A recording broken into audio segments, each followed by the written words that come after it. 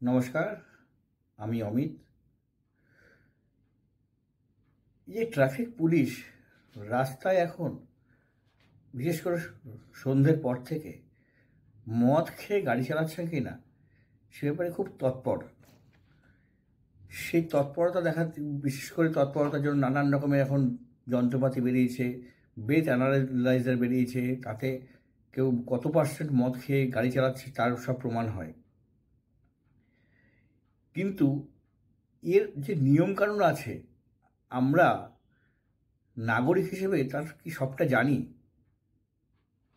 কারণ আজকে কেরল হাইকোর্টে এরকম একটা মামলায় একটা নির্দেশ দিয়েছে, তাতে মূল বক্তব্য যে মামলাকারী তার বক্তব্য যে তাকে পুলিশ মিথ্যে ব্রেথ অ্যানালাইজের মানে ড্রিঙ্ক অ্যান্ড ড্রাইভ কেসে ফাঁসিয়েছে। পুলিশ তার বিরুদ্ধে যে চার্জশিট দিয়েছে সেই চার্জশিটে দেখা যাচ্ছে যে তিনি কতটা মদ্যপান করেছেন সে ব্যাপারে পুলিশ একটা টাইপ করা কপি চার্জশিটের মধ্যে অ্যানেক্স করে দিয়েছে এবং সেটা দিয়ে বলছে যে এ এত পার্সেন্ট ড্রিঙ্ক করেছিল, ফলে এর এগেনস্টে এই চার্জ দেওয়া হয়েছে। কেরল হাইকোর্ট কিন্তু বলে দিয়েছে যে না, এইটা হতে পারে না। যার তুমি ড্রিঙ্ক অ্যান্ড ড্রাইভ কেসে তাকে মুখে ব্রেথ অ্যানালাইজার দিয়ে তুমি মেপেছো, সেখান থেকে যে মূল আসল কপি যে কতটা সেই রিপোর্টটা কিন্তু এর সঙ্গে অ্যাড করতে হবে। তা অন্য জায়গা থেকে তুমি টাইপ করে কপি এনে চার্জশিটের মধ্যে গুঁজে দিয়ে বললে যে এই লোকটা এতটা খেয়েছিল, আমরা প্রমাণ, এটা আমাদের প্রমাণ, সেটা প্রমাণ নয়। আগামী দিনে এমন ক্ষেত্রে ওই মূল কপি জমা দিতে হবে, অর্থাৎ ব্রেথ অ্যানালাইজার দিয়ে মুখে দিয়ে যদি দেখা যায় যে তিনি কত খেয়েছেন, 60%, 70%, 50%, 80%, যাই হোক, সেই রিপোর্টটা সেই অ্যানালাইজার থেকে বেরোবে এবং সেইটা কিন্তু না জমা দেওয়া পর্যন্ত কারোর বিরুদ্ধে ড্রিঙ্ক অ্যান্ড ড্রাইভ কেসের যে ড্রিঙ্ক করে গাড়ি চালাচ্ছেন সেটা প্রমাণিত করা যাবে না বলে সেই মামলাটা তারা এসে মামলা খারিজ করে দিয়েছেন। আমরা কলকাতার ক্ষেত্রেও কিন্তু এরকম বহু ক্ষেত্রে দেখেছি, যেমন আমরা খুব সহজ করে বলছি যে ব্রেথ অ্যানালাইজার দিয়ে কে আমাকে টেস্ট করতে পারে জানেন? সিভিক ভলেন্টিয়াররা মুখে ব্রেথ অ্যানালাইজার হচ্ছে, তাদের এখতিয়ারই নেই গাড়ি দাঁড় করানোর।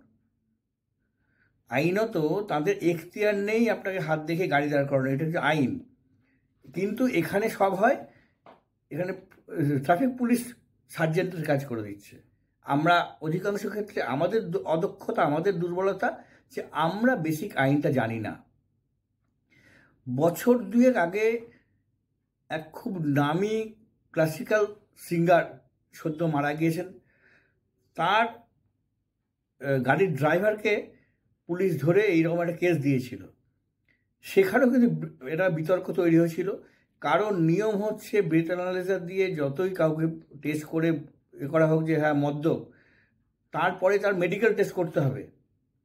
সেই কেসে যা দেখা গিয়েছিল যে সেই যে মেডিকেল টেস্ট সেইটা করার মতো ওই মুহূর্তে সেখানে হাসপাতালের পরিকাঠামো ছিল না, আর পুলিশ যা রিপোর্ট দিয়েছে সেই রিপোর্ট লিখে দিয়েছিল। তাহলে এখানেও কিন্তু আমরা যদি নাগরিক সচেতন না হয় তাহলে কিন্তু তাকে কিন্তু প্রতিপদে পদে বিপদে পড়তে হবে।